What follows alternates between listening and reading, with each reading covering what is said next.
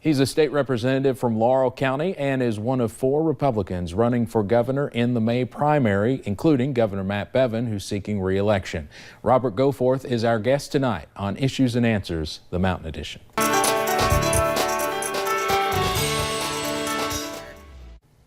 State Representative Robert Goforth, our guest tonight on Issues and Answers. Representative, good to have you with us. Thank you for having me. Well, I've interviewed a few candidates already, and I always let them first kind of introduce yourself. I'm sure people in parts of our coverage area don't know you as well as people maybe down around Laurel County. So first, just tell me a little bit about your background. Well, a little bit about me. Of course, my family's been in that area for generations. I actually found a marriage certificate from my great-great-great-grandfather over this past weekend in Laurel County in the 1800s. So at least over 7 generations. But I was raised uniquely Kentucky. I was raised in soul-crushing poverty by a single mother mostly, and I didn't let that define me though. I went on, joined the Army. I was a combat engineer in the United States Army. Came back, worked at Tecumseh Products in Somerset until I hurt my back. And that physician that treated me, he encouraged me to go to school and pursue a dream that I had forgotten long before that, of becoming a pharmacist. And I went on, applied to the University of Kentucky, studied chemistry there, applied to pharmacy school, got my Doctor of Pharmacy degree, came back, worked really hard in this area for several years, and saved up enough money, opened up my first store, turned that into 4 stores, employing numerous people in some of the poorest counties in our Commonwealth, generating tens of millions in sales, putting millions back into the local economy through payroll dollars. And then I co-founded a substance abuse prevention education program with some friends of mine. It's called Project Theirs. We teach children grades K through 12 medication safety and substance abuse prevention education. So I sold my businesses to focus on that full time. And then after seeing the true impact and the scourge of drugs with these children, I decided to run for the legislature. And that's what brought me here today, really. Decided to run for the legislature, won a special election last year, won my primary and then my general election again last year, and then decided Kentucky deserves better than what we have with our current administration.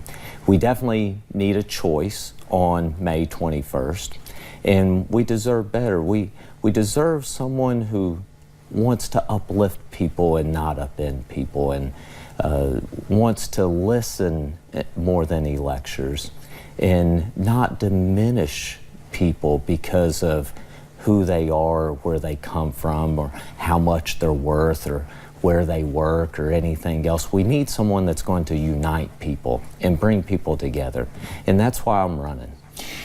You're still a young guy. How old are you? I'm 43. Okay, I just turned 43.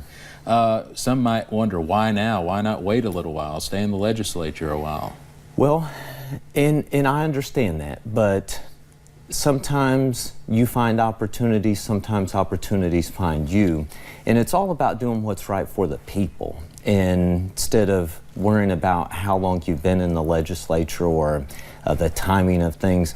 The timing, I think, has presented itself for someone to stand up for the people and make sure that all Kentuckians' voices are heard. Now, it's usually tough to beat an incumbent governor in your own party. Do you think you can win?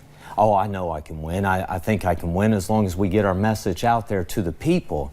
I know some people say it's tough to beat an incumbent governor, but we're in a unique situation here with a governor with the worst approval rating of all times, I think, and the worst approval rating of any governor in the United States, I believe. We need to restore civility to that office and treat people with dignity and respect, and that's why I'm running. We need to unite people instead of doing things to divide everyone. Of course, just a few days ago, the vice president came to Lexington to campaign with Governor Bevin, said that President Trump has he has the full endorsement of President Trump. Does that concern you at all? And I would assume President Trump will probably be here campaigning for Governor Bevin at some point. And that's fine. It doesn't concern me. Actually, it's quite flattering. That was on March the 8th. We're still over 10 weeks away from the election. He's already brought the vice president in here. And from what I understand, most everyone that showed up got their tickets comped for them. They didn't raise $50,000 in bringing the vice president in to campaign for him. That tells me that he knows he's in trouble. And I respect the vice president, I respect the president for what they do, for their roles for this country. But this is Kentucky, and I think they've got some bad information. They're listening to the wrong people. They're not listening to the voices of Kentucky voters. And President Trump still seems to be very popular in this area, so you don't think his endorsement will help Governor Bevin? Well, he is very popular in this area. I voted for him in the primary or the caucus, and I voted for him in the general. I've always been a strong supporter of the president. I just passed a resolution to support him in his declaration for a national emergency to build the wall, because I think that our border security needs to be reinforced. I think we need to protect our citizens. But what I don't think is the people of Kentucky will listen to just his endorsement. I think they'll see through, and they'll see what has actually been going on. No headliners, no amount of campaign cash, I think, is going to make Kentucky voters forget about how they've been treated by this current administration over the past several years. Tell me about your running mate, another Eastern Kentuckian. Oh, Mike is great. Mike's also a U.S. Army veteran. He was raised in extremely humble circumstances here in Eastern Kentucky. Mike Hogan. Mike Hogan, yes. Yeah, Mike Hogan. So Mike Hogan's my running mate. He's a 5-time consecutively elected county attorney for Lawrence County. He's just a great individual. He ran for Attorney General in 2015, came up just a little short, but Mike is a great guy, and he was going to run for that office again until I talked to him about our vision for the Commonwealth and restoring civility and making sure that all Kentuckians are represented in Frankfort and all Kentuckians' voices are heard. And he decided to join with me. I know you expect to win the primary. Yes. If the governor wins, though, would you support him in November? That's a hard question. And I tell you, if the governor wins the primary, I've got a lot of thoughts a lot of things that I have to think about, because hopefully it will restore some humility to him if for some reason he does win, but we put him through a tough race. And that's the main thing here, making sure that the people's voices are heard. And so we'll see how that goes. Do you want to debate him? Oh, yes, I definitely love to debate the governor. Do you think that'll happen? I don't know if it will or not, but I welcome it. Okay. Yeah. Let's talk about the legislative session a little bit. We're in the final days, of course. What's the biggest accomplishment and biggest failure of this session so far? Wow, I think there's a lot of accomplishments so far. We've seen some great strides with kinship care and helping out our foster care system. We've seen some great strides with our Second Amendment rights and people being able to defend themselves. There's been a lot of great strides. Of course, we've passed quite a bit of pro-life legislation. I sponsored in the House the fetal heartbeat bill, the first bill to make it a felony to perform an abortion after a fetal heartbeat is detected. That was House Bill 100. A very similar version, if not the exact same version, it was filed later in the Senate, and it's making its way through the legislative process. There's been several great pieces of pro-life legislation. I also filed a piece of legislation, House Bill 30, to make sure that all Kentuckians, law-abiding citizens that are trained, could defend themselves, the same rights that some politicians have enjoyed for quite a long time. So there's been some great successes. I still think that we should continue to work on this pension issue. I'm a co-sponsor of House Bill 504, which would help that issue quite a bit. We haven't got to it yet. We're running out of time. I don't know if they'll call a special session or not, but it is definitely something that we need to address. So, you support a special session to address pensions? I think we should have focused a little bit more on it during this session. The problem with a special session to get it done, it costs about $60,000 a day to do that. I don't think that the taxpayer should be on the hook, but we need to have it worked out completely before we call a special session. We need to work very hard throughout the rest of this session and through interim committee meetings to make sure that we have a solution ready to go if we're going to call a special session. Do you support these teachers that have come to Frankfort in recent days for these so-called sick outs? Do you think they should be coming to Frankfort instead of in school? I think that everyone needs to be informed with the correct knowledge that is out there. I think everyone needs to be informed with the correct information that is out there instead of relying on just one group or another to tell them what a bill or something does. I support them speaking out for their cause, but I think it was a little premature to come up there and have the sick outs for that committee hearing. I think that their voices are being heard, and that was just an initial step of the process. Now, I appreciate them making sure that their voices are being heard. I just want to make sure that our students are not being neglected either. And I know our teachers do a great job here in Kentucky. We just need to make sure that everything is well balanced. Now they're sending representatives from each school, I think, will be the way that it'll be handled this week. So I think that they have done a great job to figure out what type of balance needs to happen to make sure their voices are heard instead of just closing the schools down to show up in Frankfort. Of course, one bill they're concerned about, House Bill 525, I believe, which would strip the KEA from controlling the nominations of most board members at the Kentucky Teachers Retirement System. Are you in favor of that? Well, I want to make sure that all voices are heard. I've said from the very beginning I was a little concerned with the governor having an appointment an additional appointment on that board with the CPA.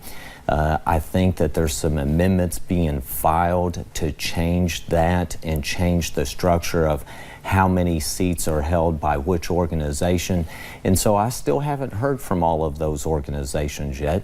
I just want to make sure that all voices are heard that are stakeholders at the table, and there should be some financial experience if you sit on that board. So I like the thought of a CPA providing some insight to those folks, but only if that person is appointed by the groups of the stakeholders, and that's it. Okay.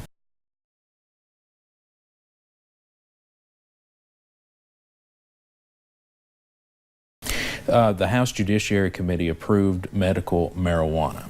Do you think that's going to make it to Governor Bevin, and do you support it? I don't know if it'll make it to Governor Bevin or not, and I support the best medical care possible for every individual.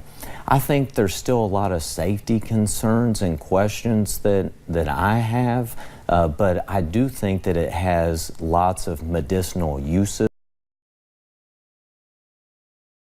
and capabilities to treat patients with, especially the FDA-approved medication that just got approved for seizures.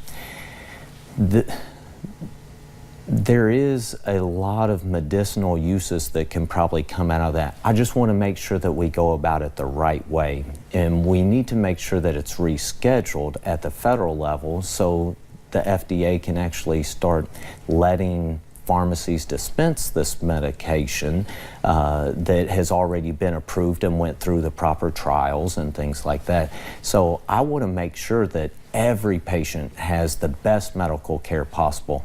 And if this is a piece of the puzzle, we just need to make sure we do it the right way. So if you had to vote on this bill today, would you vote yes or no? Well, I haven't seen the final version of it yet, but if it addresses all the safety concerns, then I'll be for making sure that every patient has the best medical care possible. I assume you would not be for recreational marijuana. No, I think I've taught medication safety and substance abuse prevention education, and from what we've seen, of course, in the studies that I've always seen, that pot or marijuana does lead to other substances of abuse. So I need to see more information about that.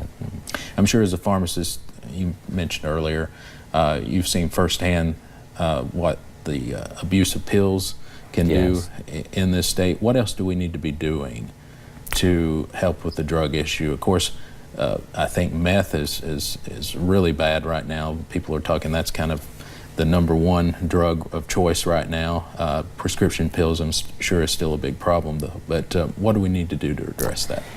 Well, education, preventative education, and that's what we're lacking on right now.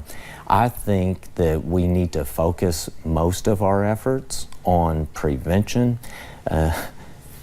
For every dollar we spend in prevention, I think it would save $7 is the estimate on the other side. So we need to focus more on prevention, and that's what led me to the legislature to begin with, is seeing the scourge of drugs in our children that have no idea the horrible effects on their body and the lifelong debilitating issues that will happen if they try one of these drugs just one single time. I've proposed one question a day at the very minimum, 4 days a week, quiz on Friday, or the last day of the week for all of our students, grades K through 12, to make sure that they have the proper prevention education. You build on that foundation for an entire generation through an entire scholastic career, so for 13 years, and then we'll see the true impact of how much prevention can help. We're not going to see it just teaching them through Red Ribbon Week once a year or a few times a year, have a guest speaker. And I think we have to reinforce this foundation. We have them about 180 plus days a school year. They see it 365. We have to do more whenever it comes to prevention education. Well, speaking of education, one bill that's moving through the legislature, I'm not sure exactly where it stands, is the school safety bill. What do you think about that, and does it go far enough to address the issues? I think it's a great start. The problem is going to be finding the funding, of course, for all the things that are in it. We're going to have to come together and buckle down and really work hard to make sure that we do. I still think that my House Bill 30 would help out quite a bit on the school safety part. Just providing one resource officer for school, I still don't think is enough. It's going to cost a lot of money, but our kids are worth it, and we need to make sure that they have every opportunity to feel safe every day that they walk in that classroom. Would you support any type of gun control legislation? I don't think that we need more gun control in this Commonwealth or this country.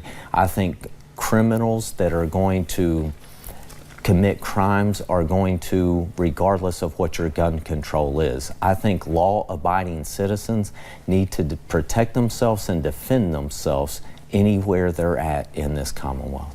And I believe you mentioned you support the concealed weapons bill that lets Kentuckians carry without a permit.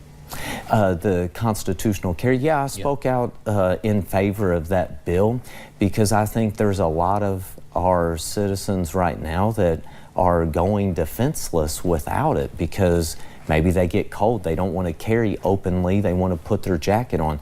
Really, that's the only difference. Whether you wear a jacket or you don't wear a jacket. That's the only difference in that bill. Maybe you put it in your pocket, but right now you have to be reminded it has to be visible at all times. If you get pulled over, it has to be visible at all times instead of concealed in your glove box or your console. You have to be reminded, I need to place that out where it can be viewed. If you get out of your car, it's cold. You can't put it in your pocket or you can't put your jacket on. Those are the only differences. Nothing changes as far as who can purchase a gun, background checks, or anything else. None of that changes. All of that is still in place. So the only thing changes is you're allowed to wear a jacket or you can put it in your pocket and not have it hanging on the side of your hip for everyone to see it. Or it doesn't have to sit in your seat beside you if you get pulled over. It can sit inside your glove box or your console. Are you concerned, though, that more people may not go through the training and more people may have guns that don't really know how to use them? Well, there's no training requirement now for an open carry individual. So I think if someone decides that they're going to carry a firearm, I think those people are still going to make sure that they know how to use it, no less than before that bill. You mentioned earlier several bills seeking to put more restrictions on abortion. I don't think any of those have made it to the governor's desk. Do you expect any of those will? Oh, I definitely think that they will make it, and hopefully he will sign them. You know, the legislature plays the most vital role in drafting the legislation, making sure that it gets passed through the legislature, and then of course it's his obligation, I feel like it's his obligation to sign those pieces of legislation to protect life that we've passed through there. I think every potential abortion victim deserves the right to a life of which God is the author of and not man. And I will fight till my last breath to make sure that that happens. One of the biggest issues here in Eastern Kentucky always has been is bringing new jobs in, new infrastructure, new industry. What would you do as governor on those fronts to bring more jobs in here? Well, I'm glad that you asked about that because we keep getting told about all this economic investment that has happened in our Commonwealth, but you know, not every county and everything is nice and rosy and great like we're being told because they're not being brought into areas like here in Hazard or Eastern Kentucky or my district of Laurel, Jackson, and Madison, especially Jackson County. You know, our unemployment rates are, I think here's a little over 6%, the statewide about 4%, but I think that those are falsely low even. I think people have decided to stop searching. People are underemployed. We need to make sure that we're recruiting these people to come into these areas where we need them so much. We've tried to get work-ready certified so that they will help us recruit, but we don't fit the checklist all the time. And I don't think that we need to have a checklist to just say you check off the boxes, that you have to have a certain amount of college graduates in your community before they will help recruit businesses to come to your area. I think that that's ridiculous. We have able-bodied workforces that are wanting to go to work. They need to go to work, and they need to make an honest wage, a wage that they can sustain themselves and their family. And we're not seeing that. You know, we're being filled with promises and press conferences, and they're just not coming here. We're seeing places close down instead of come into our area. And so we have to attract them and show them, you know, they get tax credits for coming into our area through federal opportunity empowerment zones because of the nature of lack of employment in places. And that's how we need to be attracting them to our area, instead of checking a box and saying we have X amount of college graduates or X amount of this. We have the workforce. We have great people that want to go to work. Now we have to bring them the jobs instead of sending them other places. Shortly after you announced you were running, you were accused of sexual assault a decade ago by a Somerset woman, which you vehemently denied. Are you concerned that might come back to haunt you and hurt your campaign? I'm not concerned a bit. I was asked and those questions were answered. My wife and I, we've released a statement and we're moving forward. What would be your top goals if you were to be elected governor? Well, my top goals, of course, we definitely need to fix the pension system, the pension crisis. We need to make sure that all Kentucky voices are heard and jobs are brought to our area. I think we're being left behind because of where we're at. And I think that we need to make sure that we reinforce our public education system. You know, that is the foundation of where we are and who we are, and we need to make sure that we reinforce it. Why should Republicans listening to this choose you over Governor Bevin? Well, I think that they've heard why they need to choose me over Governor Bevin. They've had someone who's going to lecture to them and think that he alone has all the answers. I'm ready to listen. I've always been here to listen and bring people together, because I know not one person has all the answers. We have to bring everyone to the table, Republicans, Democrats, all the stakeholders, to find the answers to the tough challenges that Kentucky faces. Have you ever sat down and had a one-on-one conversation with the governor? And when was the last time you did that? I had a brief conversation back in October with him, and although we didn't agree, I thanked him and told him to have a great day and ended the conversation. All right. Well, we're about out of time. Representative Goforth, I appreciate you coming on. Thank you so much for having me. All right. And thank you for joining us, and we'll see you next time on Issues and Answers.